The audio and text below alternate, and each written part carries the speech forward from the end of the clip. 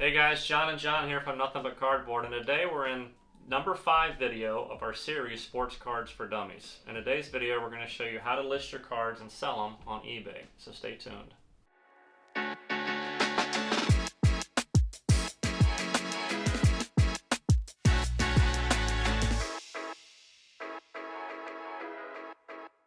Alright, so as John mentioned just a second ago, this is part 5 of our 6-part series, Sports Card Hobby for Dummies. But before we get into it, we just want you guys to go ahead, throw us a like and subscribe to the channel. Helps us out a ton, and also turn on that notification bell because that will tell you when we drop new content. And trust me, we have a lot of new content coming in the pipeline. So as he mentioned, this episode specifically is going to be on how to sell your sports cards on eBay. Now, there are a lot of different options, which we talked about in video 3, PWCC, My Slabs. You know, you can sell them at card shows, consignment shops, but specifically, we're going to focus on eBay today. So to get started, you need to come up with a selling price, and you can't just say, I want $1,000 for this card, because that's not going to work. We all want $1,000 for our cards. So you need to get what the most recent comps are if you want to get a realistic goal for what you want to sell them for. So for us to check out comps, we will go in eBay. You can use TerraPeak. There's other options that we use also. 130 point. 130 point will actually show you if it was a buy now, what they paid for it. eBay will just say it was buy now, but they don't give you the price. Yeah, for best offers. For best offers. So once you come up with that price, you'll do the search, type in the card you want. In the filters, you'll click on sold. That does sold completed items. And then we'll also hit on the sort button. Sort button, which is sold now, or sold most recent. Yep. If you do the highest volume, the highest price, it lets you know what the highest price was, but it may be 6 months ago or 8 months ago, and that's not going to help you. So you want to do the most recent sales, kind of average them out, because you may get some outliers where somebody just had to have that for the PC and paid a little bit more. Come up with your price, whatever that price is. Then you want to go and check the listings that are actually active. Sometimes if an active listing, there's 15 and they're all at $75 and you offer yours for 65 or 70, you could get that card sold pretty quickly. Right, and just a couple of things that you guys need to know once you have that price point in mind is there's two options. You can either list your listing as an auction or as a buy it now. So if you list it as an auction, you kind of run the risk of it's underselling what you want it to go for. Scary.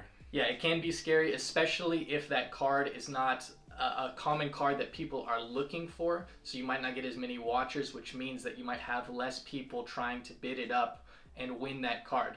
The safer option would be to go with a buy it now because you get to set the price point, and you can also list it with a best offer, so you know that you're going to get at least this amount for the card. The only negative to that is it can take a lot longer to sell the card, as opposed to an auction. You know exactly when it's going to end, and you know that you're going to get the money hopefully at that time. So with that being said, I do want to just touch really quickly on eBay fees. So now eBay charges 13% of the total amount that your card goes for. So that also includes the sales tax and the shipping fees that the buyer is going to have to pay. So for an example, if you sell a card and it goes for $90, let's just assume that there's going to be $5 for shipping and $5 for sales tax. eBay is actually going to hit you with the 13% on that total $100 amount, not the $90 amount. So you're actually going to have to pay eBay $13 as opposed to the $11 and change if it was just based off of the $90 card rate. So that's important to note. Yeah, it's very important that they're selling our card on their site and charging us money for it. But the reason we do it is they're the biggest marketplace out there. So I mean, there's a few other options, but not that many people on there looking eBay around. is definitely the largest place to buy and sell sports cards. Without doubt, it's going to be the most views, the most clicks, and the largest variety of people to sell to. Yeah, for sure. So we both list cards. Actually, Cody and John do it the same way. I like to do it differently. I like to go on my laptop, do the search part first, get the template set up, and then I'll go back and do the pictures later and add them in. I'm going to show you how to do that on a video here that you're going to see. John did a quick short on that, how to list a card in 60 seconds. It's quick. I felt like an auctioneer during that video. It's pretty good. That link will be down below, so check it out, and it'll show you how to do it quickly. From your phone, from your mobile device. So on my computer, I will search for listings of the card I'm wanting to sell. search active as well as sold listings. That way I can find the best listing that actually resembles or details the card that I am selling. So if you're selling a PSA slab, you want to try to find a card that says PSA 9 or whatever you're selling so that it matches. So you'll click on the link that says sell now. This will give you a listing or a template with all the details already preloaded for you. You will just need to tweak the listing so it fits what you're selling. You want to double check everything. Double check the title, make sure all the specific features are right, the numbers, any teams that the player was on, anything that you can add to it to make it better without taking too much time. So make the changes that you think are going to help your card sell faster and for more money. For the description, you can copy the title into the top portion, and then we use a can statement that includes information such as see card for details, and then whatever our shipping information is. Usually we put use card, see pictures for details, ask any questions before you bid. It's also a good idea to offer combined shipping and ask them to check out your other listings. So once the description is complete, we will go to pricing and set it as either an auction or buy now. If you choose an auction, we will typically set the auction at 99 cents. However, you can set it at the minimum amount you want to receive for the card. You can then choose how long you want the listing to run for. If you pick 5 to 7 days, there will be no additional charges. If you choose less than 5 days, you will have to pay a small fee. You can also schedule your listing to start at a later time. We recommend setting the listing to end on weekends and in the afternoon or evenings. We just have seen more people online during those times and it gets more visibility. If you choose a buy it now, enter the value you decide to list it for earlier. So the value you came up with the comps and that's in your mind, that's what you're going to set it for. You can also add a best offer option for the minimum offer price. This allows buyers to offer a lower price than you have listed, actually get an offer in for you that you may want to take. You can set this offer at a minimum amount to get rejected. So let's say I'm selling a card for $100. I'm going to list it buy now for $100. Best offer, $75 or below, I want to be rejected. So if somebody offers me $60, they will just get a email back saying the offer has turned down, the buyer has turned down your offer. If they offer you more than that, then you can work out. If they offer you $80, you can go back to $90 and you can go back and forth. Be careful on that because a lot of times we've seen where we wish we would have just taken the offer that they gave us. So again, if you set a card to $100, you say best offer $75, they offer you $80, it's probably a good idea just to take that and count your losses, or just your profits aren't as much. The buyer has up to 5 different offers that they can do. So if you turn them down, they can do another offer, usually a little bit $10 up, $20 up, and they'll find out what your price is at. So the next thing you want to do is set your shipping. Usually the shipping option is set for first class 3 ounces. We use this option for slabs, lots, and cards that value more than $20. So if you have a raw card that's going to sell for less than $20, eBay has an option, eBay standard letter rate, that you can use to sell your card. Usually we charge like $1.05, shipping's 57 cents, whatever the shipping is for a 1 ounce letter. Using this option can make the sale more appealing to a buyer. Nobody wants to buy a raw card for $4 and pay $4.50 for shipping. So if they can get the card for $6 or $7, you're going to get more people interested in your card. However, if you do the eBay letter rate, you will not get the same tracking information that you would, if you sent regular first class mail. So we typically list our shipping at $1 more than actual shipping costs. That's to take care of the bubble mailers, our ink, our time, driving to the post office, gas, all of that stuff.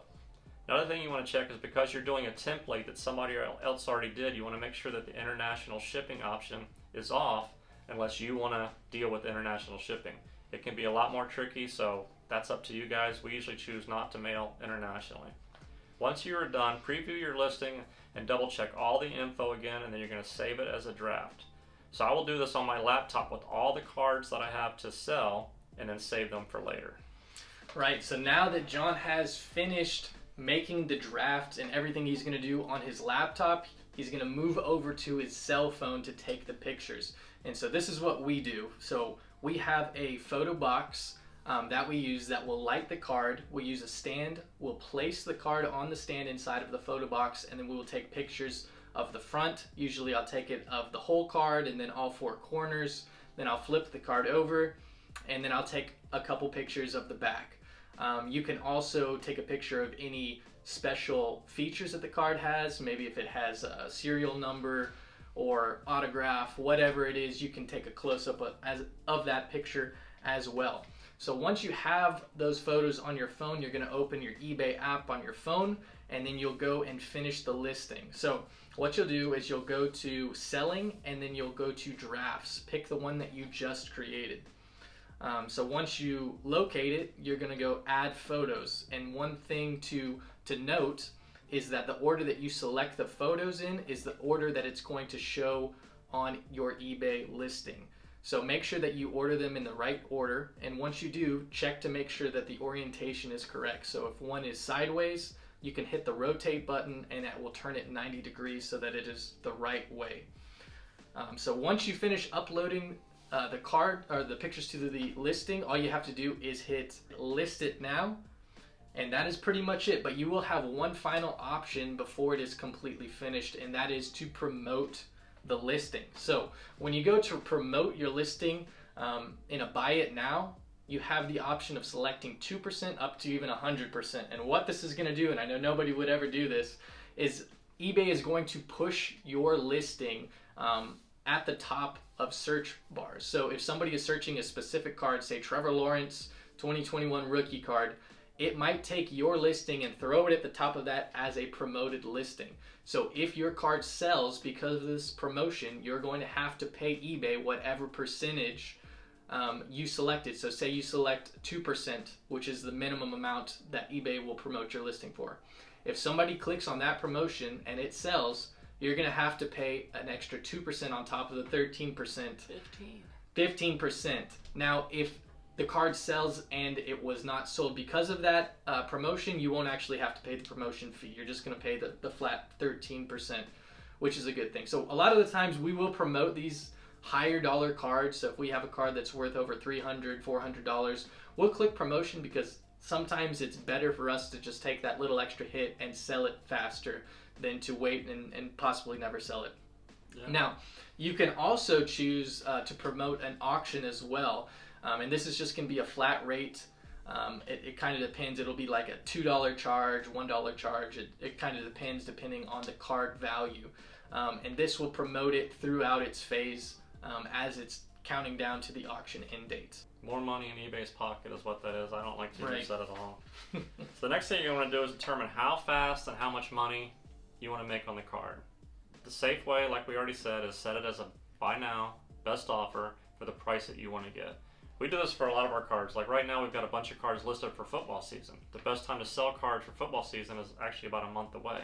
So we're going to wait until that time to maybe list some cards and switch them over as an auction. If you're in a hurry, you just want to take whatever you can get out of the card, list it as an auction, start it at 99 cents, put it 5 to 7 days, and let it roll and see what you get out of it. Yep, and just a few final notes, we're close to finishing up this video, is there are also reserves that you can put on the card if you're doing an auction. Basically a reserve is saying, all right, I'm going to run this auction, but if it doesn't get to this price, it's not going to sell. So say you have a card, you put a $50 reserve on it. If the card ends, the time expires, and it's below $50, the card will not sell and it will automatically relist. If it's above that value, obviously you're going to sell the card and you'll be able to ship it off. And so speaking of shipping, that leads us to our last point. So after you sell the card, you're going to have to list it, and we have a couple videos on how to ship your sports cards. We'll go ahead and throw a link in the description below so that you can watch that video. It's very educational. But you're going to have to take your card, put it in the appropriate either bubble mailer, or if you're shipping letter rate, put it in an envelope. You're going to put the label on top, either drop it in your mailbox or take it to the post office. There's also the option for the QR code. So if you want to save on printing, you can take your QR code to the post office and they will print the label for you and mail it.